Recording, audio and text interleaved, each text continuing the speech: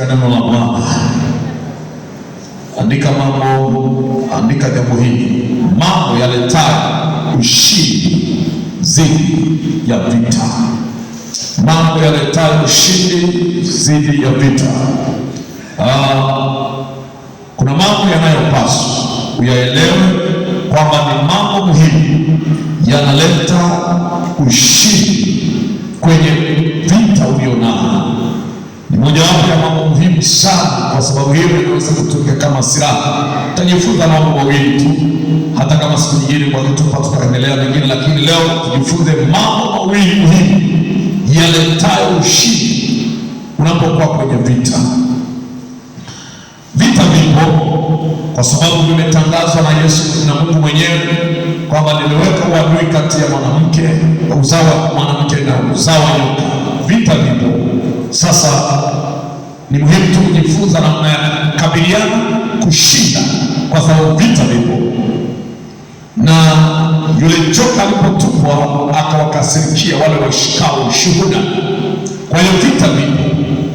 Anakasirika tu hovyo na kuanza kufanya vita, lakini sio imeanza tangu mwanzo.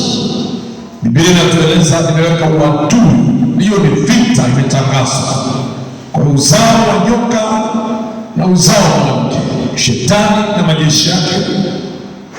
Uzao wa mwanamke, kanisa ni mwanamke pamoja na uzao wake, lakini pia na wanadamu kwa ujumla ni uzao wa mwanamke. Kila mwanadamu aliyezaliwa na mwanamke, maana yake viumbe wanadamu wote walioko wamezaliwa na mwanamke. Kushinda vita ni mchakato wenye hatua za kufuata muhimu. Kushinda vita ni mchakato wenye hatua za kufuata. Unaposikia mtu ameshinda vita, basi ni mchakato wenye hatua ndani yake za kufuata muhimu. Zipo hatua muhimu za kufuata ili kufikia ushindi.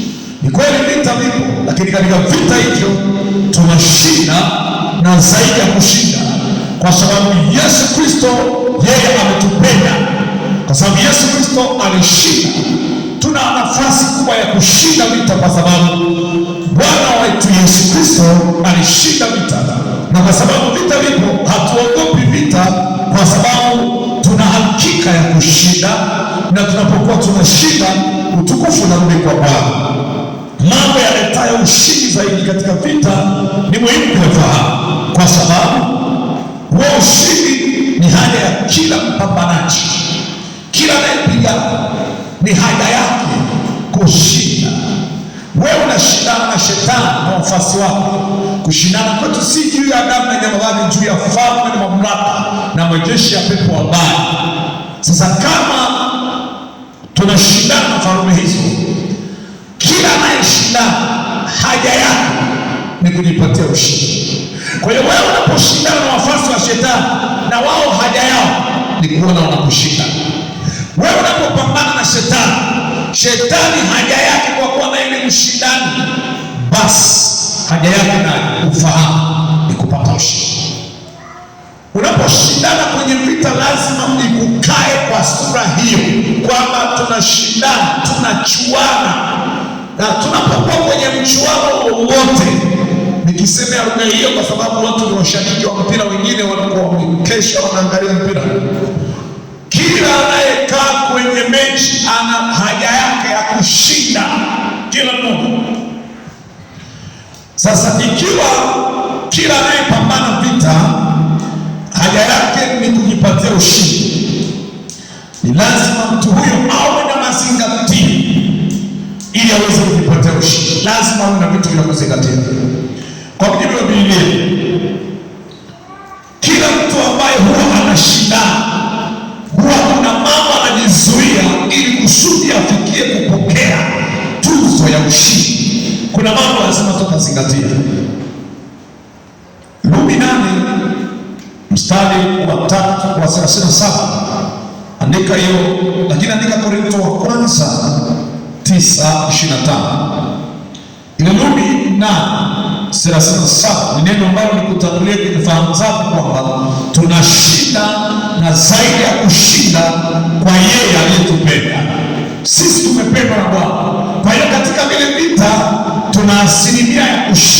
zaidi ya kushinda, maana tumependwa. Kumbe unaweza kujikuta unashinda kwa sababu tu Mungu anakupenda. Dumisha kwa upendo, dumisha kwa ushirikiano, uhusiano. Lakini kitokea Mungu anakuchukia, hawezi kushinda. Wanaoshinda zaidi ya kushinda kwa huyu amtu tumeshindana naye ni wale ambao wamependwa na Bwana, na wao sasa wakipendwa waitike kupendwa, wao nao wajibu kwa kumpenda huyo Mungu. Biblia inaniambia Zaburi ya 91 mstari wa 14, kwa kuwa amekaza kunipenda, nitamwokoa na kumwonyesha wokovu wangu. Ataniita, nitaitika. Kwa kuwa umekaza kunipenda. Kwa hiyo kama ametupenda, tuitike, tujibu, na sisi tupokee upendo kwa kumpenda Bwana. Turudishe upendo huo kwa Bwana, tukaze, na tunaweza kushinda na zaidi ya kushinda kama tukiendelea kumpenda Bwana. Yeye ametupenda, ametangulia kutupenda sisi, nasi tunampenda ama tumemchukia. Na kama unampenda, hakikisha unatunza upendo huu baina yako na yeye. Usifanye mambo ambayo atakufanya akuchukie. Fanya yale ambayo ataendelea kudumisha upendo huu. Hebu tusome hiyo Korintho wa kwanza 9:25. Tumoja nisomee kwamba wao ushindi ni haja ya kila mpambanaji, hivyo kila anayehitaji ushindi huwa anayo mazingatio muhimu. Wao ushindi kila mtu anahitaji. Hebu soma Korintho 9:25. Haina basi kama haina ujamia kwa nisome kama itakuwa naye. Maandiko katika Korintho wa kwanza sura ya 9 mstari wa 25 nasema, ndio, na kila ashindanaye katika michezo, na kila ashindanaye katika michezo hujizuia katika yote. Basi hao hufanya hivyo kusudi wapokee taji. Wanafanya hivyo, wanajizuia, lengo ni kupokea tuzo, wapate ushindi, wapokee taji, wapokee taji haribikayo. Bali sisi tupokee taji isiyoharibika. Asante. Anasema na kila ashindanaye katika michezo ujizuie katika yote. Basi hao hufanya hivi kusudi wapokee taji.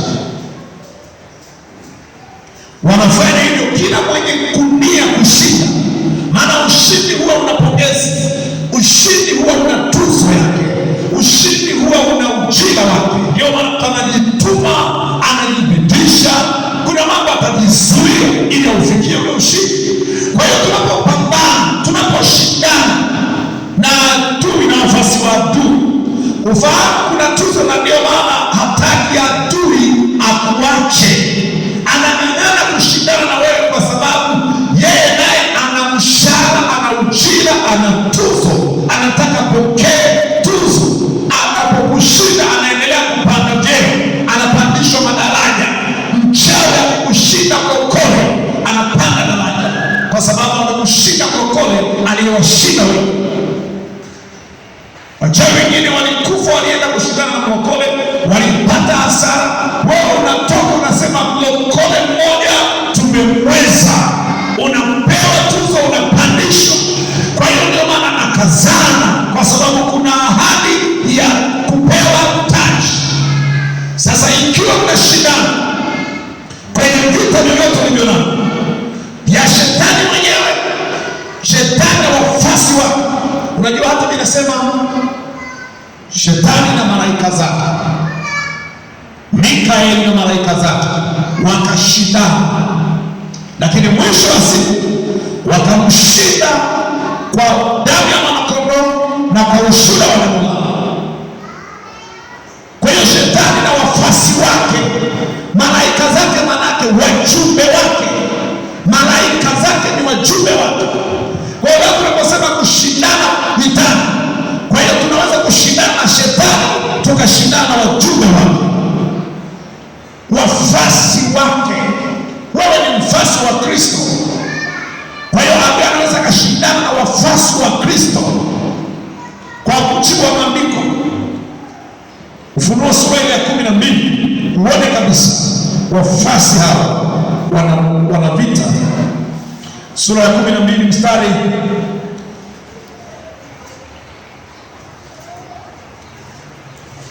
wa 13 utasoma. Na joka yule alipoona ya kuwa ametupwa katika nchi, alimwozi mwanamke yule aliyemzaa mtoto mwanaume. Mwanamke yule akapewa mabawa mawili ya tai yule mkubwa, ili aruke aende zake, ikaa hata mahali pake hapa alishapo kwa wakati wa nyakati na nusu wakati, mbali na nyoka huyo. Nyoka akatoa katika kinywa chake nyuma ya huyo mwanamke maji kama mto, mfanye kuchukuliwa na mto yule ule. Nchi ikamsaidia mwanamke. Nchi ikafunua kinywa chake, ikaumeza mto ule aliotoa yule joka katika kinywa chake. Joka akamkasirikia yule mwanamke, akaenda zake afanye vita juu ya wazao wake waliosalia, wazishikao amri za Mungu na kuwa na ushuhuda wa Yesu. Naye akasema, inaweza kuwa ni habari yenye kujirudia. Unapoona dalili za siku za mwisho, kuna dalili za siku za mwisho zinajirudia kwa namna fulani. Wakati Yesu anatokea, wakati Yesu Kristo anaenda msalabani, kulitokea hali ya sintofahamu. Lakini wakati zidi kuu itakapokuwepo, kutatokea hii hali ya sintofahamu. Unabii utakuja kutimia, lakini hii utangulizi mkubwa ulishawahi kutokea. Yesu alipokuwa anazaliwa, yule mwanamke malaika Bwana akamwambia, kimbilia Misri, Yusufu chukua mama, peleka Misri kwa ajili ya kumepusha huyu mtoto atauawa. Naye huyu jamaa alikuwa watoto, lakini huyu mtu akawa ameshaepushwa. Yesu Kristo akawa kule amehifadhiwa kwa muda. Nchi ikamhifadhi mwanamke. Alituma kama vile mto, mafuriko, watu walichinjwa. Ni kama wakati wa Musa kulitumwa mto wa kuua watu, lakini yeye akanusurika. Kwa hiyo hata wakati Yesu Kristo amezaliwa, kulipotokea ile hali ya kuchinja watoto chini ya umri fulani, hapa ni kama mto ambao ulikuwa una, pengine tutabahatisha kummeza mtoto wa yule mwanamke. Lakini saa hiyo tayari Yusufu akaambiwa, muhamishe huyu awe Misri kwa muda. Akawa Misri kwa muda, likapita hilo sereka. Kwa hiyo ni kama vile nchi ikatanua kinywa, ikamsaidia mwanamke. Ule mtu haukumchukua Yesu wala wewe. Yesu alipoepushwa, ikabaki tu shetani anafanya vita na wafasi mpaka leo, akawakasirikia waliobaki. Kwa hiyo vita hiyo juu ya yule ambaye ametupwa. Ukiona mstari wa 11 na 12, ole wa nchi na bahari, kwa sababu yule mwovu ametupwa kwenu, naye anajua hana muda wa kukaa, ana muda mchache. Kwa hiyo ametupwa duniani. Shetani yuko kazini, anafanya kazi, anachinja watu, anaharibu. Maana inaeleza ya kwamba alikuja ili kuharibu, kuchinja, kuua, kuangamiza. Hizo ni mojawapo ya kazi zake. Hata sasa anafanya hicho. Mtu asipokaa na Mungu ndani, adui anafanya vita ya kuchinja kabisa na kupoteza uhai wa watu. Watu wanakufa, si kifo cha kawaida, lakini wanakufa wengine kwa kukatiliwa na adui, maana wako vitani. Niliwahi kupata mafunuo kipindi fulani ambayo yalinifikirisha. Nikaambiwa duniani kuna watu aina tatu, ila ilianza kanisani. Baadaye kaja mtu aliyekuwa ananiambia haya, alikuwa ni mtu fulani. Nikaambiwa duniani kuna watu aina 3. Alafu baadaye nikaambiwa vitani kuna watu aina 3. Vitani kuna watu ambao ni mateka. Wakati mko vitani, kuna watu ni mateka tayari wametekwa. Lakini vitani kuna majeruhi. Kuna majeruhi kwa wamejeruhiwa, hata kama wako uraiani, hata kama wako huru, ila wamejeruhiwa. Lakini kama kuna mateka, alafu kuna waliojeruhiwa na kuna walio wazima. Wako ambao hana jeraha, hajatekwa, bado ni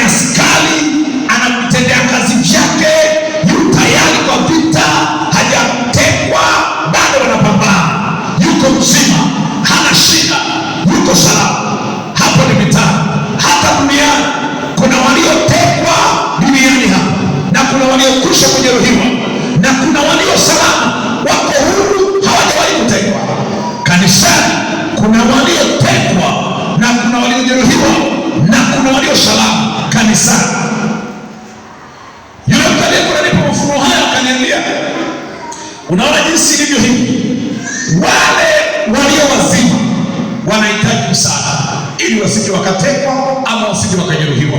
Na wale waliojeruhiwa wanahitaji msaada ili kupona majeraha yao, ili kusaidiwa, kwa sababu wakiachwa hivi, hayo majeraha yanaweza kufanya kufa kama hawatasaidiwa.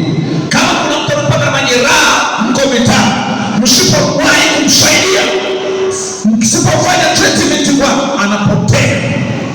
Lakini maadui wakisha kumjeruhi mtu, wanajua hapa tumemaliza kazi, huyu anaweza kutusaidia aliyejeruhiwa, tunaweza tukamteka akatusaidia mbinu zao. Lakini yule aliyejeruhiwa hawawezi wakaweka kikosi kikubwa sana kumwandama kuliko ambavyo wanamuwinda yule ambaye bado hawajampata, ambaye yuko salama. Lakini huyo aliyekwisha kutekwa anaweza kaachiwa askari mmoja wa kumlinda. Tumemkamata, linaweza likamwagwa tenga hapa namba moja yote, likaanza kusaka wahalifu, wakabahatika wakamkamata mmoja. Hawawezi wakakaa kikosi cha majeshi cha maaskari 10 pale, wanamwacha na askari mmoja pingu na askari mmoja wanamweka hapa, alafu aliyejeruhiwa wamempiga akajeruhiwa. Hawawezi wakafikiri kwamba huyu ni hatarishi kweli. Aliyejeruhika hawezi kukimbia mwendo mrefu, kwa hiyo watamkamata tu wakati wote wakitaka. Lakini aliye mzima ambaye bado hawajamkamata wala hawajamjeruhi, wanamwelekezea nguvu kubwa, focus ni kubwa kwake. Yani wanaelekeza majeshi mengi kwamba akili yao, wanaumiza akili kwa ajili ya aliye salama. Kwa hiyo kuna vita kali sana. Akaniambia mtu alikuwa ananiambia, akaniambia waombeeni watu hawa, waombeeni waliotekwa, waombeeni waliojeruhiwa, lakini walio salama wekeni nguvu kubwa, waombeeni sana, maana vita yao walio wazima ni kubwa kuliko hata aliyekwisha kutekwa. Aliyetekwa, watekaji wamepunguza nguvu ya kuelekeza pale kwa mtu ameshakuwa wa kwetu. Unaweza kuona mtu kama hana vita hivi, kumbe ambaye hana vita tayari alishachukuliwa. Wanasema huyu sasa hatuwezi kutumia nguvu kubwa sana. Unataka kuua Mungu, utaenda kukoki unaua hata kuku, unataka kuchinja, unaweza ukatafuta bunduki tumfyatue risasi huyu kuku, tumepata mgeni. Unatumia nguvu kubwa sana. Au nimemwona Mungu anasababisha malaria asije akatusumbua, ngoja nifuate panga ataniona. Unaanza kufyeka panga, mbu wa kukamata na kubinya hivi. Wanasifiwe. Kwa hiyo wale wanaodhania ajizaniaye kuwa yuko salama, vita iko inamchungulia. Unawindwa hata kama uko salama. Wako waliotekwa, wengine leo wametekwa na imani potofu, wengine leo ni majeruhi tu wa kiimani. Wewe uko salama kiimani, lakini una vita kali kuliko hata waliokwisha kujeruhiwa ama waliokwisha kutekwa. Maana jua hawa walishakuwa wakwao. Hawezi kutumia nguvu kubwa kwa mtu ambaye amekwisha kumiliki. Wewe unawindwa. Sasa kwenye vita tunavyopambana nacho, inaweza kuwa ni majeruhi tayari, inaweza kuwa umetekwa, lakini inaweza kuwa uko salama. Wote wanahitaji msaada, lakini yule ambaye yuko salama anawindwa zaidi. Inawezekana wewe uko salama kiimani, lakini ndio vita vyako ni vikali kuliko hata. Usijilinganishe, ya mkimya ikilinganisha naye tayari alishahifadhiwa, walishamkamata, ni wa kwao. Kwa hiyo hafurukuti sana, hawatumikishi sana, hakuna vita sana, ila wewe vita ni vikali. Sasa andika hivi, usiposhinda wewe, basi upande wa pili utashinda. Usiposhinda wewe kwenye vita, kwa kuwa vita hii inahusisha pande mbili, upande wa pili ndio utakaoshinda. Hiyo ni moja. Pili, usiposhinda vita, kama vita hiyo kama hajapatikana mshindi, basi mashindano yanaendelea. Yaani ukisema wametoka draw, bado wanaendelea kucheza. Wanasifiwe. Wameshindana, lakini wameshinda timu gani? Haya, timu fulani hawajashindana, wameshindana lakini wametoka draw. Wakitoka draw bado kuna mechi inaandaliwa. Ukisema umetoka draw, maana yake wameshindana na wanaendelea kushindana. Ndio maana watawapeleka kwenye matuta, bado kesi inaendelea. Kama hajapatikana mshindi, kesi bado inaendelea. Yamkini wewe na wafuasi wa shetani na wale mawakala wa wachawi, hakuna aliyeshinda. Ngoma draw, wakijaribu na wadhibiti, wakijaribu na kudhibiti, ngoma draw. Na kama ngoma draw, bado mashindano yapo. Kila mtu anamulia target nyingine mwenzake. Kama mlishindana na hakuna aliyeshinda, kuna mmoja anajipanga, kila mmoja anajipanga kumlia target mwenzake. Usije ukabweteka kwa sababu nilishindana nao wakakimbia.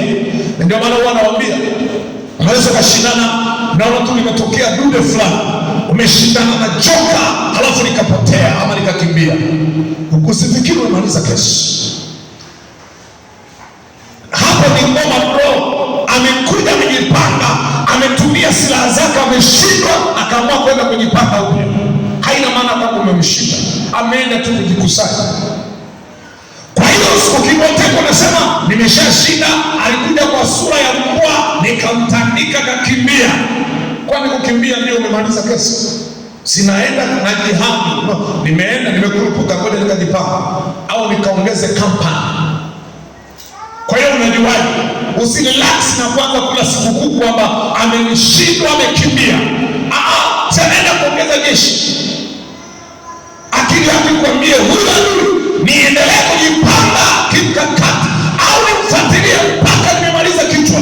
Wakati Daudi amempiga Goliath ili kunizika kwamba nimemaliza kesi kwa Goliath, rudi umebeba kichwa chake, toka na kichwa chake, kata kichwa nyoka ili kusudi ujiridhishe nimeua. Hakikisha kichwa kimesagika. Kama kichwa cha nyoka kimesagika, sio ajabu kukuta kesho ameondoka zake. Tulimpiga kafa, tukamwacha hapo, kesho tutamshughulikia. Kesho sio ajabu kukuta ameondoka zake. Ndiyo tabia ya shetani, ni nyoka. Unaweza kufikiri umempiga sana, lakini kesho kukuta ameshasafiri, ameondoka. Na anaposafiri hivyo anaenda kuuguza majeraha. Akimaliza kuuguza majeraha, utajiuliza wapi anaenda kutibiwa, anajua yeye. Halafu akishatoka kula anakuja kivingine. Hali yako ya mwisho itakuwa zaidi ya ile ya mwanzo. Bwana asifiwe. Kwa hiyo kama mmeshindana haujashinda, basi mwenzako aidha ameshinda, na kama hajashinda mwenzako, basi draw imetokea. Na kama draw imetokea, bado mna mashindano. Ukikuta mahali kuna draw, mnaendelea na hali ya ushindani, mnaendelea hadi mshindi apatikane. Hivyo usiweteke kama ngoma ni draw. Kama ngoma draw, usiweteke kwamba umemaliza kesi. Unayeshindana naye ni shetani. Hana nguvu sana ukilinganisha na nguvu ya Mungu uliye naye. Shetani unayeshindana naye hana nguvu sana ukilinganisha na nguvu za Mungu uliye naye. Kwa nini sasa hata Farao walipokuwa wanashindana na Musa, ni kama mchuano baina ya Musa na Farao, Mungu wa Musa na Mungu wa Farao.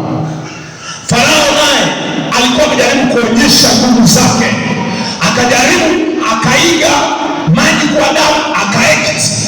Haya, huyu naye Musa akafanya ajabu kwa kupitia Mungu wake, akatengeneza nyoka. Halafu na Farao akaita waganga na wachawi.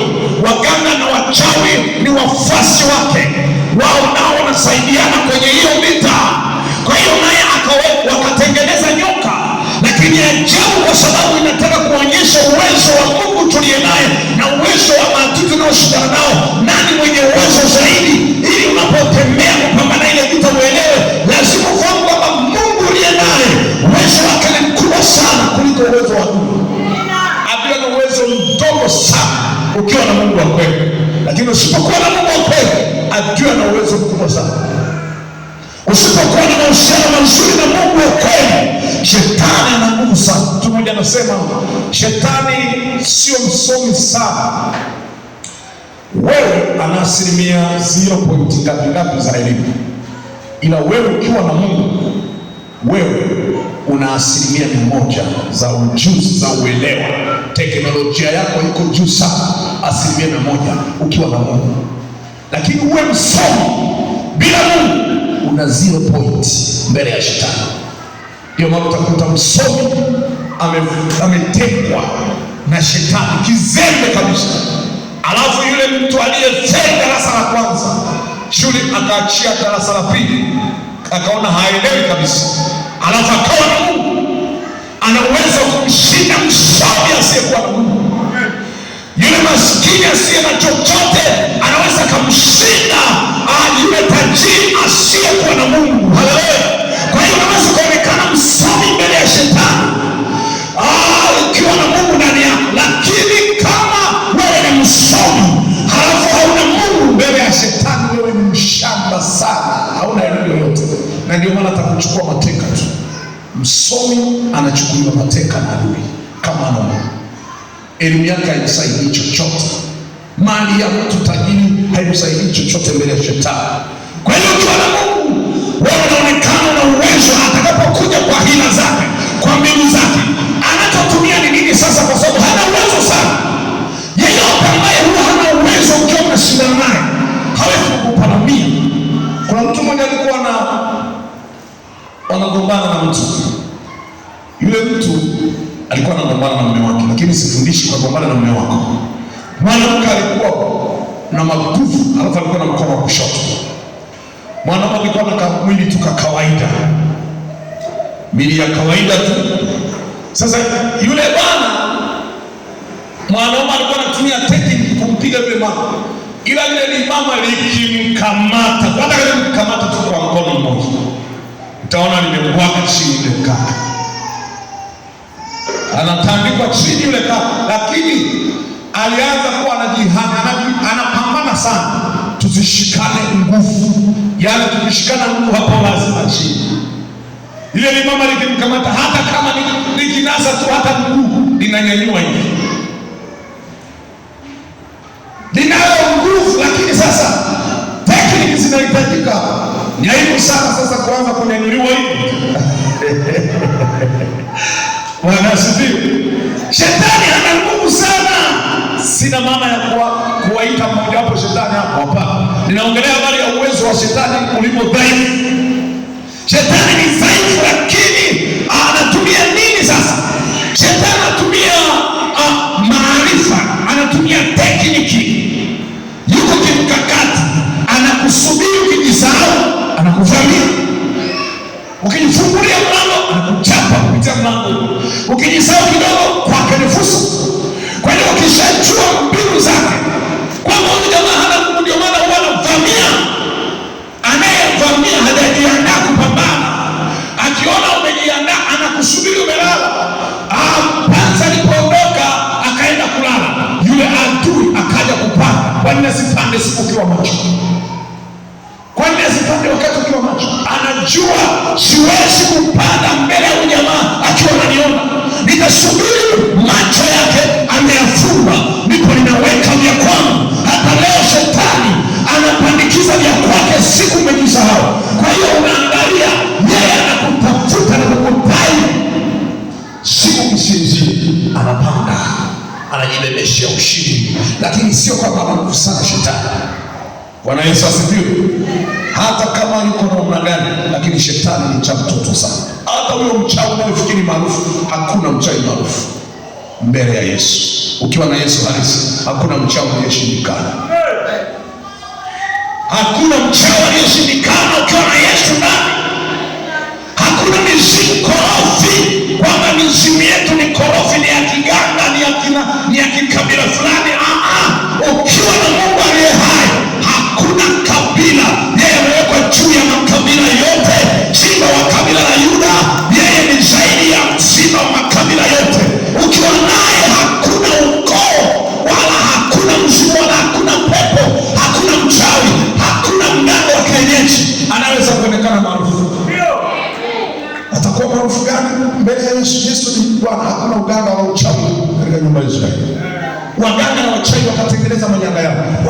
akatengeneza nyoka mbele ya Musa. Mungu wa Musa akatengeneza na yeye, akamwita Bwana, akabadilisha fimbo ya Musa ikawa nyoka, halafu ikameza watu wote. Waganga waliondoka pale, hawana vitu. Ukimwona mganga ana fimbo kake, ndo kila kitu hiyo fimbo. Hello? Mchawi anaweza akawa na vitu vyake anavyoviamini, lakini siku ile ulileta pale ikabadilika vikawa vituko ya ajabu. Yamebadilika kuwa vituko fimbo, lakini ghafla fimbo ya Musa ikameza fimbo zote. Kwa hiyo iliondoka na uchawi na ushirikina, ikameza ushirikina wa watu. Kuna watu wanaua, uchawi wao unakufa kabisa kwa sababu alienda kupambanisha na Mkristo na mlokole aliyokoka aliye na Mungu ndani yake. Anapoteza kabisa uganga unakufa, alienda kuroga mlokole. Uchawi unakufa, alienda kushindana na mlokole akafanya majanga yake. Lakini Bwana alipomaanisha ajabu zake, tayari zile ajabu za Farao na watu wake zikamezwa, sio kitu tena. Kwa hiyo Mungu wetu ana uwezo wa kushinda, zaidi ya kushinda. Tukiwa na Mungu tunashinda zaidi ya kushinda. Ndio maana nimekwambia shetani hana nguvu sana tukilinganisha uwezo alijaribu kukopi ajabu chache, akatengeneza hiyo maji yakawa damu, haya akatengeneza fimbo, lakini matokeo ya fimbo ya Musa ikameza za kwake. Kwa hiyo akawa hana tena kutendea kazi. Kama huyo mganga anategemea hiyo fimbo ndio kila kitu, hana uganga tena kwa siku ile. Yaani hapo kila kitu kimemeswa. Utaenda kumwambia Mungu, naomba uganga wangu ulioua urudishe. Haurudi tena. Utarudisha uganga wako mchawi wako? Bwana asifiwe. Sasa kwa nini tunasema hana uwezo? Hana uwezo kwa sababu hizo tulizoziona, kwamba hata alipojaribu kushindanisha Mungu na miungu alionekana Mungu ni kinara. Hata Ahabu na watu wale manabii waliokuwa wanashindana na Elia walipojaribu kuweka mchuano, Mungu wa Elia alijibu kwa moto, kwa kwao alionekana sio kitu. Kwa hiyo shetani hana nguvu. Yeye shetani hutumia hila, anatumia udanganyifu, anatumia upofushaji. Korintho wa pili sura ya 2:11. Yeye anatumia hila, anatumia udanganyifu. Hawezi kuingia kwenye mchuano waziwazi, anatumia hila. Hebu soma huu mstari kabla sijakuonyesha vitu viwili hivi muhimu vitakavyokuwezesha kushinda. Soma huu mstari wa 11. Haina koja ya kwangu, nafikiri na nisome. Nasema hivi, shetani asije akapata kutushinda, kwa maana hatukosi kuzijua fikra zake. Shetani asije akapata kutushinda, kwa maana hatukosi kuzijua fikra zake. Mtu kama hujamsoma atakusumbua sana, atakutesa sana. Shetani kama hujamgundua, kama hujamsoma atakutesa sana.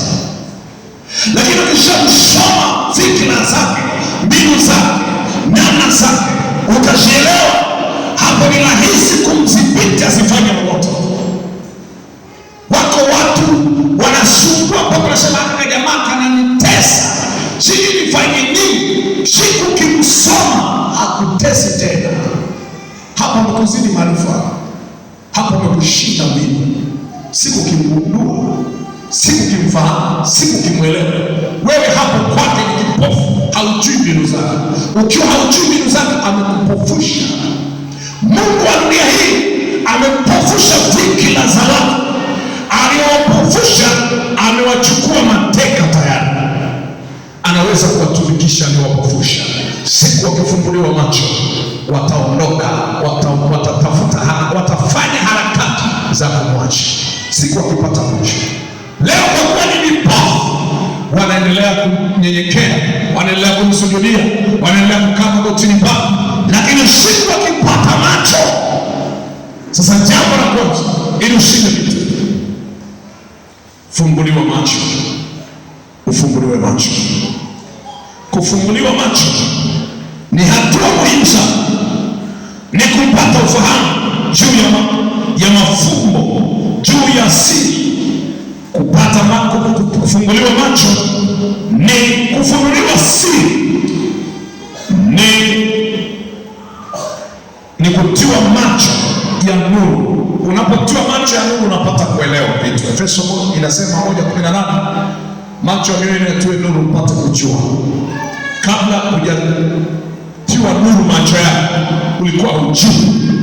Wakati mwingine tu kule kufunguliwa macho ni hatua moja kubwa sana kwa mtu kumpeleka kwenye kupata ushindi. Kama utaendelea bado kufungwa macho, kwa sababu hatua kumfunga mtu macho, huyu mtu lazima awe mateka kwake, lazima uwe mfasi wake, lazima akutumikishe, lazima afanye chochote juu yako. Lakini siku kufunguliwa macho unamwambia now it is enough. Now it is enough and enough. Huwezi tena, kwa maana nimegundua mbinu zako. Bwana asifiwe. Macho yakiwa safi, mwili mzima uko na usalama. Macho yakiwa yanaangaza, yanaona, usalama ni wa kutosha. Macho yakitiwa giza, hakuna usalama wowote. Mathayo 6:22. Mathayo 6:22. Taa ya mwili ni jicho. Jicho likiwa safi, mwili wote uko katika hali ya usalama. Lakini jicho likiwa bovu, limetobolewa, limetiwa vumbi, limetiwa utepe, limefungwa kwa kamba nyeusi, limefungwa kwa vitambaa, halioni tena, hakuna usalama wa mwili wote. Kwa hiyo ikiwa taa ya mwili ni jicho, na jicho likiwa safi, manake linaangaza, linaona. Siku jicho haliwezi kuona, usalama ni mdogo. Kwa hiyo jicho kuona ama kutiwa nuru, kufunguliwa macho yakakuwa wazi, yakaanza kuona, ni hatua moja kubwa sana ya usalama kwa ajili yako. Leo watu hawako salama kwa sababu adui aliwawahi. Kazi yake yeye ni kuwatia upofu. Korintho 4, Mungu wa dunia hii amepofusha fikra zao. Akishapofusha fikra zao, basi hao wanakuwa chini ya utawala wake, wanakuwa chini ya utumwa. Korintho 2:4, Biblia inazungumza maneno hayo. Mungu wa dunia amepofusha fikra. Kwa hiyo alipopofusha fikra, amewashinda. Ushindi ni wa shetani kwa waliopofusha fikra. Ninasema ambao ndani yao Mungu wa dunia hii amepofusha fikra zao, wasioamini isiwazukie nuru ya Injili ya utukufu wake Kristo aliye sura yake Mungu. Shetani kwa wale ambao amewatia upofu, amewapofusha, yeye ni mshindi kwao, yeye ni kinara kwao. Hawana namna ya kumshinda, maana amewapofusha. Siku wakizukiwa nuru, wakaangaziwa, hana uwezo wa kuamiliki tena. Bwana asifiwe. Leo adui anaweza kukushinda kwenye vita ulionayo, kwa sababu sijawahi kuona vipofu kuwapeleka kwenda vitani wakapigana vita, alafu wanaopigana nao wanaona nini kitatokea. Yaani kipofu, nyoka, unajua hii ni tekniki yake. Nyoka anagonga mayai, ameingia kwenye banda la kuku, anagonga mayai. Wewe unapoingia, kwanza na kucheki kama umemuona. Iweni wajanja kama nyoka.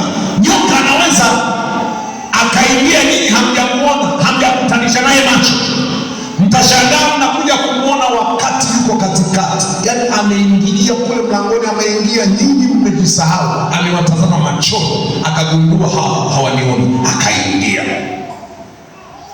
Ukimuona tu kashtuka, kwanza ukikutanisha naye jicho, ameshashtuka zamani.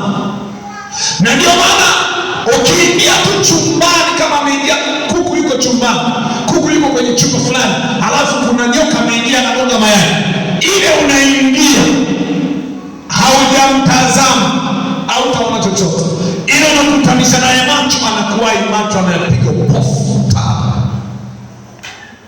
Akishayapiga macho ndipo kobra, akishayapiga macho sasa utakuja, jamani, kuna nini? Utaenda kupiga mwano mpaka watu waje. Nyoka alishaondoka zake zamani. ukiwauliza nini umekutana nacho, hawaelewi. Maana tumetafuta hatuoni, kwani kuna nini? Hamna. Nyoka alishaishia porini zamani. Bwana sifa sana. Anakuwai macho, anakupiga macho. Juzi baba yangu akaniambia, nimetoka tu mlangoni hivi, mara mate hayo hapo, hata sikumuona vizuri huyo nyoka, ameshanipiga macho. Mzee Mtaremu alikuja hapa juzi ndo mwanangu naomba mtumia hela, niko nimepelekwa hospitali. Nimeshangaa tunatoka nje hivi, nyoka tayari macho ameyapiga kwenye macho, maana anajua nikishakamata macho huyu atakuwa miliki yangu, huyu nitamwendesha, huyu nitamtawala, nitamwamrisha, nitamwambia chochote afanye. Na hiyo ndio tekniki yangu mpaka leo. Ukifunguliwa macho ni mwanzo wa kumshika. Andika pointi hii. Huwezi kupigana vita wewe uliye kipofu, wakati maadui zako wanaona, watakumalisha. Kipofu, wakati maadui zako wanaona, watakufanyia ukatili wa hali ya juu, hautokaa usahau. Kitabu kile cha Waamuzi 16, Waamuzi 16, mtumishi wa Mungu pamoja na makufa aliyokuwa nayo siku alipoingia kwenye 18 za hawa maadui zake, walianza na kitu kimoja tu. Walianza na macho, wakayakamata macho, wakatoboa macho. Samson katobolewa macho. Baada ya kutobolewa macho, aliendeshwa na kuchezeshwa ngoma za kwao. Cheza mlipokuwa mnacheza kanisani, saga ngama, tumikishwa, unafedheheshwa. Wako tayari kukwambia mtukane Mungu wako, fanya hiki, abudu hapa, njoo piga magoti mbele ya damu. Watakuchezea, lakini cha kwanza wameboa macho. Wakibua macho, wana Mungu juu yako cha kufanya chochote. Wako watu hapa ni vipofu katika ulimwengu wa roho, kila siku wanapata mkomoto tu, hata hawaoni nani anawapiga. Na hata wakigundua ni shetani anawagonga kichwa, anawapiga kwenzi, watamfanyaje? Maana hapo waongo. Samson alikuwa anaambiwa, Bashir nani amekupiga? Kwani wanakupiga alafu Bashir nani amekupiga? Ni mateso na manyanyaso ya hali ya juu. Endapo na shindana vita alafu umepiga upofu. Kwa hiyo kufunguliwa macho ni mwanzo. Kufunguliwa macho ni hatua ya kwanza ya kupata uhuru, ya kufunguliwa kutoka gerezani. Isaya 42:6 hadi ule wa 9. Kufunguliwa macho ni hatua ya kwanza ya kupata uhuru ama kufunguliwa kutoka gerezani. Isaya 42:6 hadi ule wa 9. Kama Biblia yako ina Isaya unaweza kusoma, ila kama haina wacha Biblia kwangu kwa kuwa inayo nasoma. Nasema ule mstari 42 mstari ule wa 6. Ndio, mimi Bwana nimekuja katika haki, nami nitakushika mkono na kukulinda, kutoa mambo ya agano la watu na nuru ya mataifa, kuyafunua macho ya vipofu, kuwatoa gerezani waliofungwa, kuwatoa wale walioketi gizani katika nyumba ya kufungwa.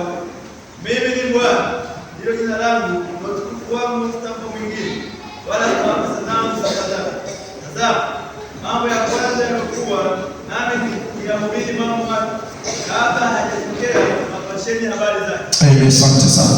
Mimi Bwana nimekuita katika haki, nami nitakushika mkono na kukulinda na kukutoa uwe agano la watu na nuru ya mataifa, kuyafunua macho ya vipofu, kuwatoa gerezani waliofungwa, kuwatoa wale walioketi gizani katika nyumba ya kufungwa.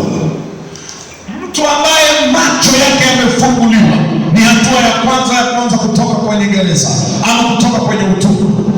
Kwa nini watu wanaofanya uharamia, ujambazi, ukatili, wakimkamata mtu wanaanza na macho kumfunga kitambaa cheusi ili waanze kumtumikisha?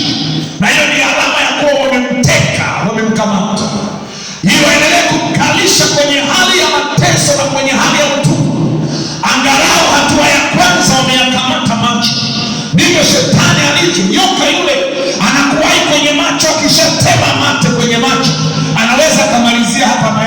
aliyekuwa amebaki, baadaye anaondoka. Si amekumaliza? Hiyo ni hatua ya kwanza. Amekupiga macho, ukiendelea mbele anakugonga. Kwanza nimrahisishie mpofu wewe mwenyewe, amekupiga macho, halafu baadaye pale katakata mashariki na magharibi zikapotea sahihi. Unataka kwenda hiyo, unaenda kujigonga kwenye ukuta, urudi hivi unajigonga kwenye nguzo, maana sio mzoefu wa kutembea bila macho. Inawezekana kujikuta umeparamia, unapoelekea ndipo aliko, unafika na kugonga kisigino. Kumbe macho yakifunguliwa ni hatua ya kwanza ya kutoka kwenye mfumo. Hii ni haja kubwa sana ya mtu aliye kipofu, yule aliyefungwa macho. Hii ni haja yake kubwa sana. Kuna watu wawili kwenye Biblia ilikuwa ni haja yao kubwa sana, vipofu. Haja yao kubwa ilikuwa ni kuona. Kuna watu ni vipofu kiroho. Mathayo 20:29 hadi 34. Yesu aliombwa na hawa vipofu wawili kwa kilio cha uchungu sana, wakapiga kelele. Haja yao kubwa ilikuwa ni kupata kuona. Yesu anapiga kelele, anamwambia Yesu, mwana wa Daudi, naomba turehemu. Wakiwa wanapiga kelele, watu wakawanyamazisha, hawakukubali kunyamaza, maana wanajua hasara ya kubaki hivi tulivyo, maadamu tumepata kupata ufahamu wa kwamba yupo awezaye kutuondolea upofu. Waliendelea kupiga kelele, kama vile ambavyo mtu akigundua ni kipofu kiroho anaweza kapiga kelele kumwambia Bwana, nahitaji macho ya kiroho, nipe macho ya kiroho nipate kuona. Adui amenitesa ya kutosha, amenitesa ya kutosha, sasa nahitaji macho ili nipate kuona, nijue mambo yanavyokwenda, nione naendelea kwenye ulimwengu wa roho, niwaone na maadui, nione na mbinu zao, nione na mitego yao, nione na kila walichokitenda kwenye maisha yangu, ili niwe salama. Haja hii kubwa sana kwa mtu aliye kipofu. Akapiga kelele, wakabia. Yesu akawauliza, mna haja gani? Hebu soma.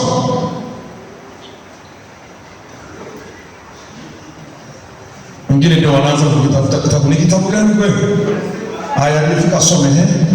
Hata alipokuwa kutoka ile mkubwa wakamfuata. Tazama, wawili wameketi kando ya njia. Vipofu wawili walikuwa wameketi kando ya njia. Waliposikia Yesu ndiye huwa anafungua macho, Yesu ndiye anawaangazia watu nuru, wanapata kuona. Wale waliotoa upofu na shetani, anayeweza kuwafungua macho ni Yesu Kristo. Wakamwamini akawafungua macho, nao sasa wanatamani huyo Yesu wamwamini. Wamesikia habari zake. Ni nani aliyesadiki habari hizo zilete za Yesu Kristo? Wako watu wamesadiki, wanataka kuona. Wakisema, uturehemu Bwana, mwana wa Daudi. Lakini wao wakazidi kwa sauti wakisema, uturehemu Bwana, mwana wa Daudi. Yesu akasimama akawaita akasema, nataka niwafanyie. Unataka nini? Wakamwambia, Bwana, tunataka macho yetu yafunguliwe. Tunataka macho yetu yafunguliwe. Yesu akawahurumia, akawagusa macho yao, mara wakapata kuona, akawagusa macho yao yakafunguliwa, wakapata kuona. Mateso baada ya kuona, mateso baada ya macho kufunguliwa, hofu ulionayo baada ya kufunguliwa macho, utaona imeongezeka. Utaongeza ujasiri. Mashaka ulionayo kwa sababu hujafunguliwa macho, mashaka na hofu ulionayo, unahofia adui zako, ni kwa sababu macho bado hayajaona. Siku macho yakiona, unaweza kuwa jasiri mpaka basi. Ufalme wa Pili sura ya 6 mstari wa 14 hadi 21. Kama una Biblia inayo unaweza kusoma, lakini kama haina, acha mimi nisome ya kwangu. Inasema, kwa hiyo akapeleka huko farasi na magari na jeshi kubwa, wakafika usiku, wakauzingira mji ule pande zote. Hata asubuhi na mapema mtumishi wake yule mtu wa Mungu alipoondoka na kwenda nje, kumbe pana jeshi la watu na farasi na magari wameuzingira mji ule. Mtumishi wake akamwambia, ole wetu bwana wangu, tufanyeje? Akamjibu, usiogope, maana walio pamoja nasi wengi kuliko wale walio pamoja nao. Elisha akaomba akasema, Bwana, nakusihi mfumbue macho yake apate kuona. Bwana akamfumbua macho yule mtumishi naye akaona, na tazama, kile kilima kilikuwa kimejaa farasi na magari ya moto yaliyomzunguka Elisha pande zote. Tutaendelea kipande kilichobaki.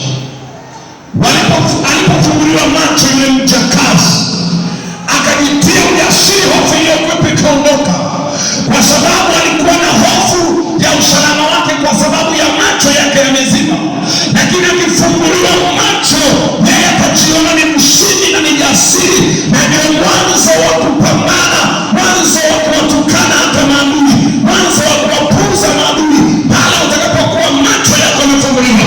Lakini kwa sababu macho bado hayaoni, unahofia maadui, unaogopa watakumaliza, unaogopa wachawi, unahama pango la nyumba, unahama, unauza mahali pako, mji haukaliki.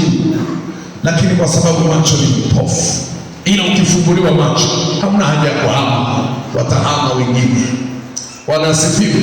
Kwa hiyo unapokuwa kwenye vita halafu ukafunguliwa macho, hii ni hatua ya kwanza ya ushindi. Huyu mtu sasa ana uhakika wa kuwashinda wale maadui, maana amefunguliwa macho, amemwona Mungu aliye upande wake na amewaona maadui walivyo dhaifu mbele za Bwana. Tafsiri yake, kwa sababu ana macho, amejipatia ufahamu, ana uwezo wa kushinda adui kirahisi. Sasa basi, kupewa macho ni lango ama ngazi ya kutokea utumwani, kifungo, matatani.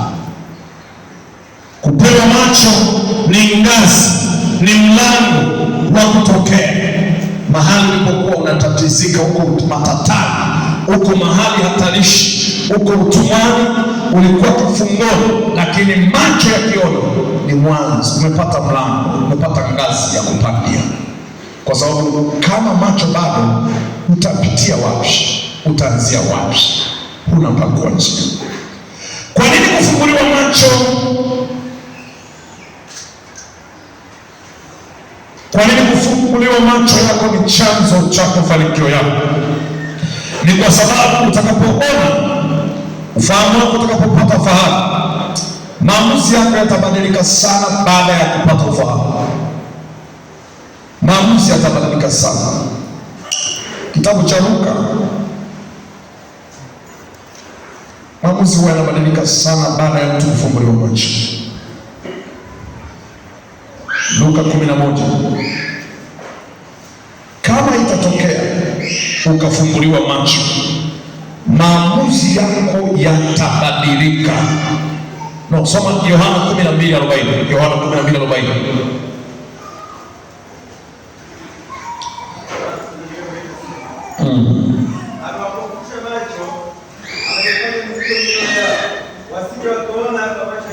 Wasije wakaona kwa macho yao, wakafahamu kwa mioyo yao, wakaongoka nikawaponya. Kumbe macho yao yanaweza kuwapelekea kupata uponyaji endapo yatafunguliwa, endapo yatapata ufahamu wa kuona, ila wanaweza wakakwama endapo macho yao yameshikiliwa. Luka 11:34 na 36. Macho yana nafasi kubwa ya kukupelekea kwenda kwenye kuchukua hatua.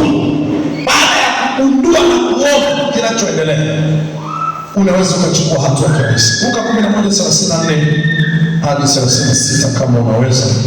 Inasema, taa ya mwili ni jicho. Basi jicho lako likiwa safi, mwili wako wote unao mwanga, lakini likiwa bovu, mwili wako nao unagiza. Angalia basi mwanga ulio ndani yako usije ukawa giza. Angalia jicho lako lisije likapigwa upofu. Basi kama mwanga umeenea katika mwili wako wote, wala hauna sehemu iliyo na giza, mwili wako wote utakuwa na mwanga mtupu, kama vile taa lishughulikiapo kwa mwanga wake. Mwisho 36. Asante, Mungu akubariki. Unaona jinsi ambavyo taya linda isije ikawa giza. Ikiwa giza hakuna usalama. Hiyo ni hatua ya kwanza. Jambo la kwanza tuliloliona, kufunguliwa macho.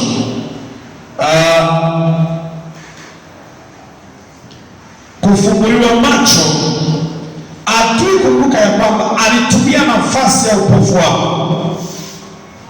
Alipokupofusha macho, alitafuta nafasi ya kwanza kwako. Adui timing yake ya kwanza kwako unapopambana naye ni kuyawahi macho. Ukimpa nafasi anaanza na macho. Samsoni alipowapa nafasi maadui walianza na macho. Hata wewe ukimpa nafasi shetani anaanza na macho. Akishakupiga upofu, unaona mambo yote ni kawaida. Hata dhambi huwezi ukaona kwamba ina shida, unaona ni kawaida. Kumbe amewahi kwanza kwenye macho. Jambo la pili ni kupofusha macho maadui. Sasa yaani hizi ni silaha mbili zinategemeana, kufunguliwa macho na kupofushwa macho. Kuna kupofushwa, kuna kupofusha macho. Sasa wewe mwenyewe ufunguliwe macho, lakini wewe mwenyewe uwapofushe macho maadui. Unaweza ukapambana muda mrefu na vita fulani, lakini maadamu maadui wanakuona, unakuwa na kazi kweli. Kwa nini shetani anawahi kupiga macho kwanza? Hiyo ndio mbinu unapaswa itumie. Yeye ameikopi wapi? Kumbe ukiona mtu ni mtabishaji, piga macho kwanza. Kisha piga macho kila kitu. Kama kutakuwa na wachawi wako hapa, watakuwa mashahidi kwamba hawezi kumwambia mtu anayeona.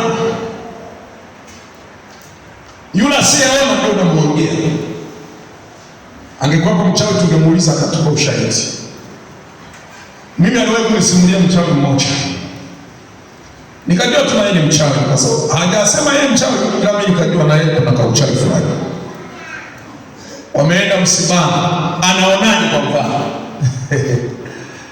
Wameenda msibani usiku pale, mnakaa mnabanana kwenye kajumba fulani, mwingine amelalia turubai, wakati mwingine mmelalia turubai, kwa wengine wanalalia nyinyi. Yaani wengine wamepata wendo na kwa godoro. Wengine wamekaa pale kwenye turubai, wengine wamekalia vichwa vya watu waliolala kwenye turubai.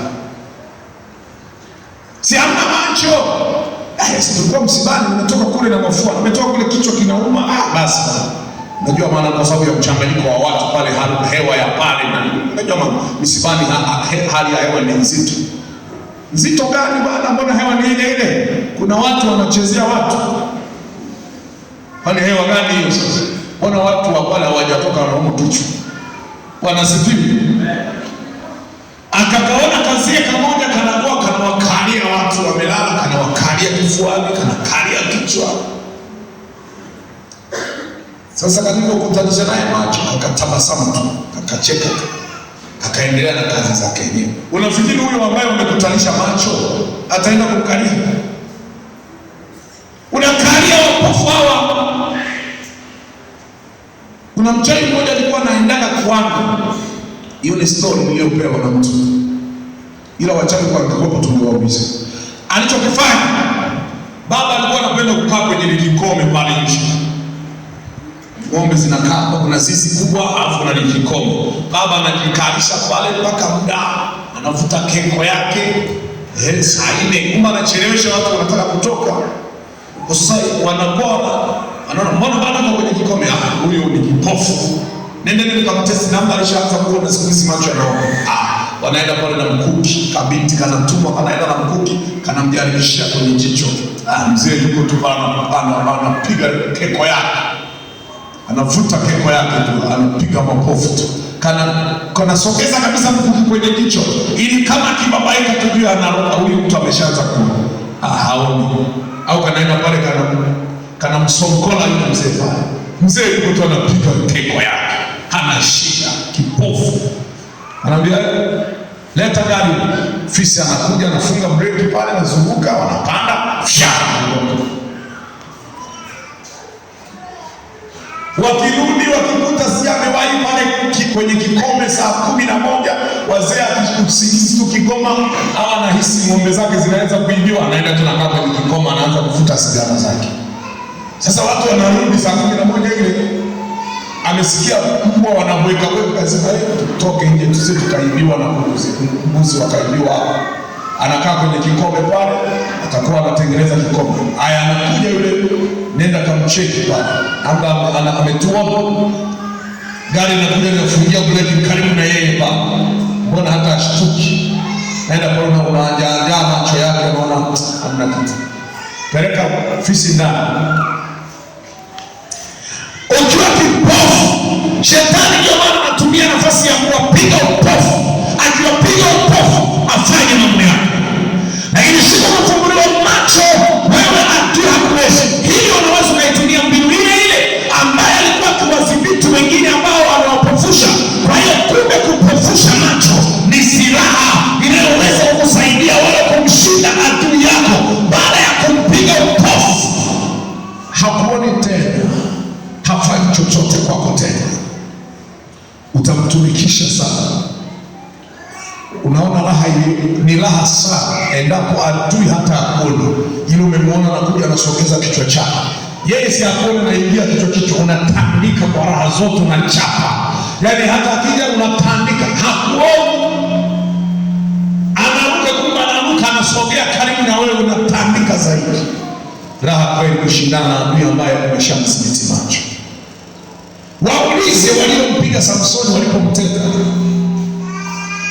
walikuwa na raha kweli mpaka wanatoa sadaka kwa Mungu wao, wakafanya na sherehe ya kutukuza, zikaimbwa na nyimbo za kupongeza Mungu wao. Dago ni kwa sababu amemtia mikononi Samsoni, ni kipofu, wamemkamata macho wakatoboa, wana raha kweli, wanashangilia Mungu wao. Ndivyo shetani leo anashangilia kukupiga upofu. Funguliwa macho, uanze kazi ya kumpiga upofu. Siku kimpiga upofu adui yako, peleka sadaka ya shukrani mbele za Bwana. Anza kumwasilisha Bwana, maana ushindi ni haki yako, maana kipofu hawezi kukushinda tena wakati huu. Biblia inasema Samsoni alipata tabu sana wakati alipigwa upofu. Utasoma mwenyewe kwenye kitabu cha Waamuzi, utamwona Samsoni alipopata tabu. Hii ni mwanzo wa kubadili uelekeo. Ukimpiga upofu adui, hii ni mwanzo wa kubadili uelekeo adui ili mtawala.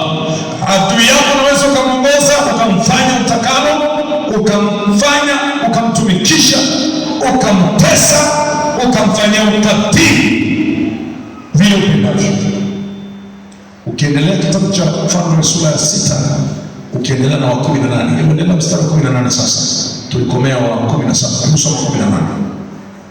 Mara nyingi aliyepofusha macho hajui anaenda. Yule aliyegizani hajui anakoelekea. Wewe ndio unaweza kumuongoza, hata kumwelekeza kabisa, twende huku ndiko utakuwa salama. Kumbe unamsogeza kwenye moto, kamwache kwenye moto. Kumbe unamsogeza kwenye pole, unamsogeza mahali penye ukatili, ndio akutabu zaidi. Hebu soma. Inasema na walipomteremkia Elisha akamwambia Bwana, akasema uwapige na kusihi. Uwapige na kusihi watu hao kwa upofu. Kwa upofu Elisha anamwomba Mungu baada ya kumfungua macho mjakazi wake, anaomba ombi lingine na kuwashughulikia maadui, kwamba sasa hatua ya kwanza ni kufunguliwa macho watu, halafu hatua ya pili ni kuwapiga upofu maadui. Akawapiga kwa upofu sawasawa na Elisha. Amen. Inaishia hapo kama utafuatilia mpaka 21. Aliwapiga upofu, nini kilitokea? Aliwaongoza kuwapeleka kama ng'ombe wanampeleka machinjio. Hawana ubishi. Shetani na wafasi wake hawezi kuwa mbishi ukimwahi akupofusha macho. Ukipiga upofu adui yako, hana ujanja wa aina yoyote. Waraka wa kwanza wa Yohana sura ya 2 mstari wa 11. Mara nyingi aliyepofushwa macho hajui aendako, yuko gizani, hakuna nuru yoyote na mwangaza, yuko yuko gizani, na kama yuko gizani, basi yuko mahali hatarishi, anaweza kufanya ukatili wa aina yoyote. Zaburi ya 74 mstari wa 20, gizani ni mahali palipojaa makao ya ukatili. Kama huna macho, uko gizani. Gizani pamejaa ukatili. Lakini ukimpiga upofu adui yako, anaendelea kukalia kipigo, anakalia mateso ya kutosha. Andika, upofu ni taa kuzimika. Upofu ni taa kuzimika na giza kutanda. Upofu ni hali ya kulemaa macho, ambapo hali hii huzalisha uharibifu mwingi, kukosekana uwezo wa kuona, kukosekana uwezo wa kufahamu mambo, hupelekea kukosa nguvu ya kuchukua hatua sahihi. Kuna watu kwa sababu imekosekana uwezo wa kuona ni kufahamu. Hata maono unayoyaona unapata ufahamu. Macho ya kiroho yakishatekwa utapofuka. Ukikosekana uwezo wa kufahamu, uwezo wa kuona ukaelewa. Mungu wa dunia amewapiga upofu, hata wakiona hawawezi kuelewa.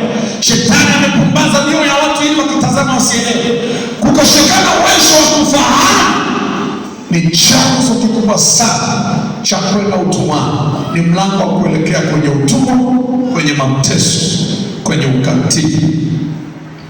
Upofu ni moja ya silaha ya kuleta ushindi. Unaweza kuwateka maadui baada ya kuwapiga upofu. Ikitokea ukikutana na adui yako uso kwa uso, cha kwanza, poteza macho yake. Ukikutana na adui yako uso kwa uso, jambo la kwanza, piga macho yake. Usipopiga wewe, anapiga yeye. Yaani ukikutana tu na adui yako mara ya kwanza, kila mmoja target yake ni macho, ama zako kwa hilo, ama wewe kumwana. Kwa sababu yeyote katika vita hiyo akiwahi akapiga macho ya mwenziwe, tayari ameanza hatua za ushindi. Sasa inakuwa kazi kwako. Wezi, majambazi, wachawi hufanya hivyo ili kufanya kazi kwa uhuru. Wezi, majambazi na wachawi wanakuwahi macho, na mganga wa kienyeji anakuwahi macho. Akishakuteka fikira zako, amekuwahi macho, na kwa sababu hauoni, amekupiga upofu. Yeye anakuja anakuambia, kesho anakuambia hilo jambo ni hatari sana, tena uwahi mapema. Hata leo usiku sijalala sana kwa ajili yako. Ukichelewa, naona ikifika mpaka saa 5 hujatoka nyumbani kwako, watakuwa wamezingira njia zote, mageti yote yatakuwa yamefungwa. Fanya haraka, toka saa 10 mapema, usisalimiane na mtu yeyote. Ndivyo manabii wa uongo wanafanya leo. Wako kwenye mfumo wa shetani na kichawi. Watu wakienda pale, wanapigwa upofu, wanakamatwa kwanza fahamu zao, fikra zao, ili wakishakamatwa fahamu zao waanze kuendeshwa kwa lolote, ila wameanzia ufahamu wao. Cheki Korintho sura ile ya 11. Manabii wa uongo wanachokifanya, mazingaombwe yao watakuwa wanayafanya uoni. Wanafanya vituko vya wazi kabisa, ila kwa sababu wewe ni kipofu, you can't believe. Hata ukiambiwa huwezi kuamini. Mtu anakuambia uone kama huo ni mchezo wa mtu, anatumia tu mchezo wa kawaida, anateka kisaikolojia watu. Hakuna Mungu pale, hakuna mchezo, kuna namna tu ya hila, anachanganya fikra za watu tu pale. Kimbilia ushindi, wala sio ajabu, maana shetani mwenyewe hujigeuza awe mfano wa malaika wa nuru. Basi si neno kubwa watumishi wake nao wakijigeuza wawe mfano wa watumishi wa haki, ambao mwisho wao utakuwa sawasawa na kazi zao. Mstari ule wa 20, maana Mwachukuliana na mtu akiwatia utumwani, akiwameza, akiwateka nyara, akijikuza, akiwapiga usoro. Wale jamaa wanapiga watu upofu, na ndio maana wanalenga usoro, wanakamata ufahamu, kamata fikra zako, wanapofusha fikra zako. Ile unakuwa na macho 18 zako akaingia, anza na macho. Adui yeyote aliyetishio, anza na macho. Haribu lada. Majambazi wanaingia kwenye mji wa mtu, wanaharibu lada, wanaangalia kama kuna CCTV kamera, wanaangalia kama kuna mitambo yenye kuona. Wakishambulia basi wamefaulu. Watu waliteka ndege siku moja, wakaenda kuisoma, muendelee kuiona, wameblock. Kwa hiyo wanaweza kuwachukua mateka ndege wakaielekeza kokote, na haisomi kwamba inaelekea wapi. Kunakuwa na mitambo, kuna watu wameseti hata gari sasa hivi zina macho. Wewe unatembea na gari. Siku moja tulikuwa tunatoka Dar es Salaam, tulikuwa tunapanda gari ya serikali. Gari ile ilikuwa inaruhusiwa kutembea 100. Ikizidisha 100 unapigiwa simu, dereva anaambiwa paki gari. Iwe ni kwenye 50, wewe fyatua 100, haina shida. Wameandikwa 20, 100, hamna shida. Askari akitaka kuisimamisha, akiona nyuma anasema endelee, unasoma. Lakini ukizidisha 100, simu inaingia kwa dereva. Dereva, nataka kushindwa kazi. Hiyo gari nataka kushinda. Mbona spidi? Kwa kila kinachoendelea inaonekana ni gari ya serikali. Kuna vitu sasa ukitaka kuharibu, ukaitumia kwa luxury zako, unakata ile mfumo. Halafu unaenda, hata kama utaenda kwenye baa, utaitembeza unavyotaka, ukaipeleka kokote. Haina safari hiyo, ila wewe unaifanyisha safari zako, ni kati ya connection. Hiyo ni mfumo. Unaweza kuharibu mfumo na ukafanya unaweza kufanya. Sasa baada ya kuharibu mfumo, tulikuwa tunatembea kwa raha zetu tunavyoweza kutembea, maana hata polisi wanajua hii ni ya serikali. Kwa hiyo lazima uelewe kwamba macho ndio yanaweza yakaamua wewe kufikia ushindi. Sasa ni watu gani napaswa wafanyie? Uwapige macho kwanza. Tuone mfano wa tabia za watu waliostahili kupigwa macho: wenye nia ovu ya kutenda ubaya tu bila kubadilishwa na shauri lolote, bila kubadilishwa na maonyo yoyote. Kuna watu hata waonye, hata washauri. Bwana asifiwe. Mafundi mitambo, mko macho ya rohoni yanaona, ya mwilini yamepigwa upofu. Lakini mimi nataka na yale ya mwilini kabisa. Sasa sihitaji tu ya roho. Bwana asifiwe. Wenye nia ovu, wasiobadilishwa, wamekula kiapo kutenda mabaya, wao nia yao ni kutenda maovu. Usicheke na yule mtu, piga macho yake. Mwanzo 19. Eliasi, soma Mwanzo 19 mstari wa 4 hadi wa 11. Wenye nia ovu, dhamira yao ni kutenda mabaya. Wao wanafanya tu ubaya, hata kama wangejitahidi. Wao tu wamekaza kutenda mabaya juu yao, ni kufanya tu ukatili kwao. Usicheze na mtu wa namna hiyo. Anza na macho yako. Soma, nimeshautaja.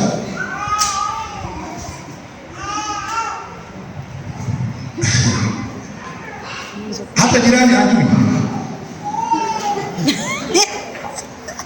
Nimesema kuanzia mstari wa 4 mpaka 11. Mstari wa 4 hapo moja tunasema, tumeona jinsi nilivyowatendea Wamisri na jinsi. Soma kwa spidi sasa, kama mtu ambaye alikuwa hasinzii. Tumeona jinsi nilivyowatendea Wamisri na jinsi nilivyowachukua ninyi juu ya mbao za tai, nikawaleta ninyi kwangu mimi. Sasa basi, ikiwa mtaitii sauti yangu kweli kweli. Soma Kutoka. Ni shida sana. Wakaizunguka nyumba, vijana kwa wazee, watu wote waliokaa pande zote wakamwita Lutu, wakamwambia, wawapi wale watu waliokuja kwako usiku huu? Watoe kwetu tupate kuwajua.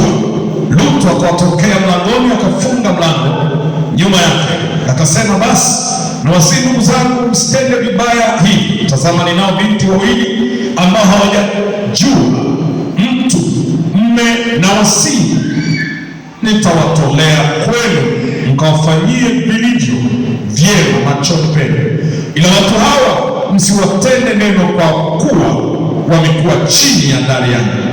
Wakasema, ondoka hapa. Kisha wakanena, mtu huyu mmoja amekuja kwetu kuketi kati ya hali ya ugeni, naye kumbe anataka kuhukumu, basi tutakutenda wewe vibaya kuliko hawa. Wakamsonga sana ule mtu huyo Lutu, wakakaribia wavunje mlango, lakini wale watu wakanyosha mikono yao, wakamwingiza Lutu kwao nyumbani, wakaufunga mlango, kisha wakapiga hao watu walioko mlangoni kwa upofu, wadogo kwa wakubwa, hata wakachoka kwa kutafuta mlango. Basi wale watu wakamwambia Lutu, je, unaye mtu hapa? Ninarudia mstari wa 11. Kisha wakapiga hao watu walioko mlangoni kwa upofu, wadogo kwa wakubwa, hata wakachoka kwa kutafuta mlango. Huwezi kucheka na watu wa namna hiyo. Wanataka kulawiti watu, wanataka kufanya uharibifu kwa wageni, mpaka anajitolea, anasema, niwape binti zangu ila msiharibu hao wageni. Wakamwambia, tutakutenda mabaya kuliko. Lakini malaika wa Bwana wakatokea pale, wakamsaidia, wakamvuta, wakamwingiza ndani, kufunga mlango, wakawapiga upofu. Lutu akawa amefaulu. Ilikuwa ni kesi ngumu imemkabili Lutu kwake. Kumbe umekuja kama mgeni, tunakusamini, kumbe umekuja kutusaliti hapa. Wana nia ya kutenda mabaya. Malaika wa Bwana wakaomba wapigwe watu hao upofu, wakawapiga upofu. Ni halali kabisa kupiga upofu watu hao. Kwa hiyo kuna watu lazima wapigwe upofu ili kesi ishi, ili vita ikome. Wapigwe upofu ili uweze kujipatia ushindi kwao. Wawe upofu kama bado wanaona haujamaliza kesi. Bwana asifiwe. Wapinzani, wapotoshaji, washawishi, wachawi na waganga wa kienyeji wapige upofu. Bwana asifiwe. Matendo ya Mitume sura ile ya 13 mstari wa 6 hadi 11.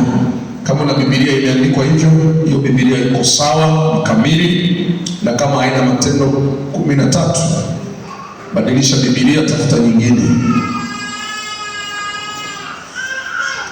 Bado haina Matendo 13 mstari wa 16. Umesikia wa 16? Alafu mpaka wangapi? Utaenda kukomea wa 11 kweli, au utabidi uende mbele? Haya, twende wa 6 mpaka wa 11. Nasema Biblia, walipokwisha kupita katikati ya kisiwa chote mpaka Pafo, wakaona mtu mmoja mchawi, nabii. Wakaona mtu mmoja mchawi, alafu nabii huyo Myahudi, jina lake Ba Yesu. Anaitwa Yesu, ila unaanza na Ba alafu Yesu. Mtu huyo alikuwa pamoja na liwali Sergio Paulo, mtu mwenye akili. Yeye liwali akamwita Barnaba na Sauli waje kwake, akataka kulisikia neno la Mungu. Lakini Elima yule mchawi amna, hiyo nafikiri imeshapo. Yule mchawi akafanyaje? Ndio tafsiri ya jina lake. Akashindana nao akitaka kumtia yule liwali moyo, akitaka kumtia yule liwali moyo wa kuiacha ile imani. Lakini Sauli ambaye ndiye Paulo, akijaa Roho Mtakatifu, akamkazia macho, akasema, ewe mwenye kujaa hila na uovu, mwana wa Ibilisi, mjumbe mfasi wa Shetani, adui wa haki yote, waache kuzipotoa njia zilizonyoka. Basi angalia, mkono wa Bwana u juu yako, na utakuwa kipofu, usilione jua kwa muda. Mara kiu kikamwangukia na giza, akazunguka na kumtafuta mtu wa kumshika mkono na kumwongoza. Amen. Mstari ule wa 8, lakini Elima yule mchawi, maana ndiyo tafsiri ya jina lake, akashindana nao. Ameshindana nao, kwa hiyo wako wanashindana na Elima mchawi. Wanataka injili ieleweke, lakini kuna mtu anashindana nao, anazuia la kwao lisifanikiwe, ya kwake yafanikiwe. Huyo anayeshindana nao, dawa yake ni kupiga upofu macho yake, alafu injili inaeleweka. Baada ya kumpiga upofu, watu wote wakataharuki, na yule mtu aliyekuwa anashawishiwa asiamini aliamini, na hata na wengine wakapokea Yesu, maana aliyejaribu kushindana na lile kusudi amekutana na Bwana, amepiga upofu na watu wakatambua. Kwa hiyo wakati mwingine mchawi ni haki yake kupiga upofu ili kumaliza kesi. Tusimame. Ni muhimu sana ufahamu kwamba vita ulivyo navyo ni kesi ya tekniki. Siku umewapiga upofu maadui hawatakuona. Ukipiga upofu wewe utakuwa umeshindwa. Spidi ya kuendelea kupigana na maadui zako itakuwa imeondoka. Mpige upofu adui ili uhakikishe kazi yako ya kufikia ushindi imekamilika. Upofu ni adhabu. Shetani hutenda hivyo kwa wafuasi wake. Amewafundisha hivyo, nao wanafanya kazi ya kupiga upofu. Mambo mawili muhimu yanaleta ushindi kwenye vitu hivyo navyo. Umewahi kupambana na maadui zako kwa viwango hivyo? Kama macho yako hayaoni, basi inawezekana wao wamekuwahi. Funguliwe macho, mwambie Bwana akupe macho ya kiroho ili vita hii ulionayo iwe rahisi kushinda. Akishakupa macho ya kiroho, omba maombi ya kupiga upofu wale maadui. Na kama kuna maadui Bwana amekupa neema ukawaona, hakikisha hawana macho. Na siku ukishawakamata macho, mwanzo wa safari ya ushindi umepatikana.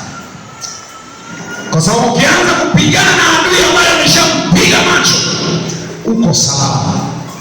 Kwa hiyo ni muhimu sana kwa mtu aliyeokoka jue namna ya kushinda vita. Adui anapambana na watu kwa tekniki tu. Yeye anaona na anakuwaya na kupiga macho. Wewe shughulika kupofusha adui. Lakini wakati umwombe Mungu, kitu cha kwanza ufunguliwe macho. Ile vita inakuwa rahisi. Anza macho yako yafunguliwe, upate macho ya kiroho. Utaona mpaka na vikao, utaona mpaka na mijadala, utaona mpaka na mbinu, utaona mpaka na kila anachokifanya. Inawezekana mpaka anakuletea na uchi, inawezekana mpaka unampelekea na misaada. Lakini ukishafunguliwa macho, utajua kumbe hata ile sio juisi, kumbe ile huwa ni uchafu wa kupandikiza kwenye maisha.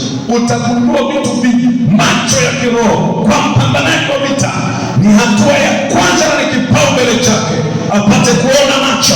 Lakini maadui zake, kipaumbele chake kwa maadui wasimuone kile anachofanya. Akishawapiga upofu, atapanga mipango yake, wao hawawezi kumuona. Utafanya vitu vyako, hawatakuona. Kwa mikono yako juu. Tuna mahitaji mawili tu.